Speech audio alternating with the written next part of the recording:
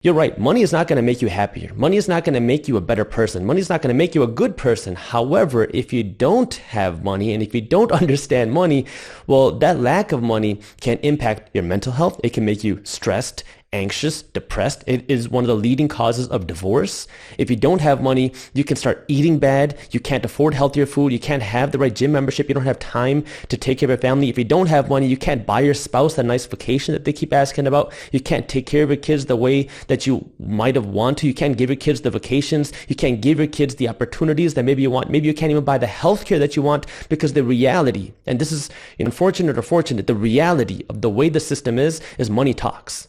If you want to live a happy and fulfilled life, you have to be healthy in these four aspects.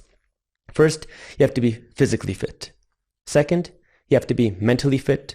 Third, you have to be spiritually fit. And fourth is financially fit. Money at its core is just a tool. It allows you to do more of the things that you want. If you give a good person money, they have a tool to do more good. If you give a bad person more money, they have a tool to do more bad. What are the 3 habits that bring us into the wealthy mindset? First, probably the most obvious, I would say, is people following the 2 S's, where you're spending or saving all of your money. You'll never become wealthy if you do that. Number 2 would be you blindly follow the system without questioning the way the system works. And number 3 is you don't understand how money works. And the business books that I read always said that wealthy people invested in real estate. I had no idea what that meant. I didn't know any real estate investors. I didn't know what real estate investing was. I didn't have investor people in my family, so I didn't know what that meant. So I was like, well, if wealthy people invest in real estate, maybe I should invest in real estate. So I brought up the idea to my dad. I was like, Dad, I want to invest in real estate.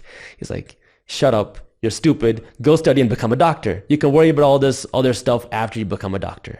I had a little bit of cash saved up in the bank from the party business that I was running. So I started looking at rental properties to buy, and I found this small condo on sale for $8,400. That was the price of the condo. That's wow. And that same condo a few years prior had sold for $150,000. None of us are ever taught in school, how do you manage money? None of us are ever taught, how do you invest your money? None of us are ever taught, how do you build wealth? None of us are ever taught, how do you generate passive income? Yet wealthy people are teaching their kids this, and they're able to figure it out because they have that education. But for the majority of us, we're not taught this unless you're willing to go out of your way. Now, YouTube has made it a lot more accessible, thank God. Yeah. But before YouTube, you had to go out of your way to read books and take classes. And it's tough. It's much harder to read a 300-page book than it is to watch a 10-minute YouTube video. Yeah. What is money? Well, there's 2 aspects. You have the currency aspect to buy and sell things, and then there's the store of value. What wealthy people understand is that money doesn't act as a very good store of value in today's day and age. So you want to take your money and convert it to something that is a store of value, or maybe something that's actually going to produce you income. The wealth formula that I've come up with is you take your income minus your expenses, and that equals your investments plus your savings. Unless you have that experience already there, you have the mentors, you have your parents, people who can guide you through it, maybe you can shorten it, but I didn't have that. So for me, it took me a solid decade to figure it out, to go from business idea to business idea to business idea, to go through failure over failure, to get scammed after scam.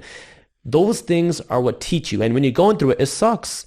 You don't realize that you're going through a lesson. You just feel like, dang, I just got screwed over. Yeah, you know what true. I mean? The number one best investment that you can make in any situation is investing in yourself and understanding what is the most important thing right now. Your physical health, your mental health, your spiritual health, your financial health, and understanding that, there's always going to be opportunities to take care of yourself in all of these places, but you need to be prepared. What is the best financial advice you've ever received? Invest in assets, not liabilities. What is the worst financial advice you've ever received? The way to build wealth is saving your money. What is something you used to value that you don't anymore? Material things. What is something that you think people think is important when it comes to money, but you realize that's not really the right focus? Net worth.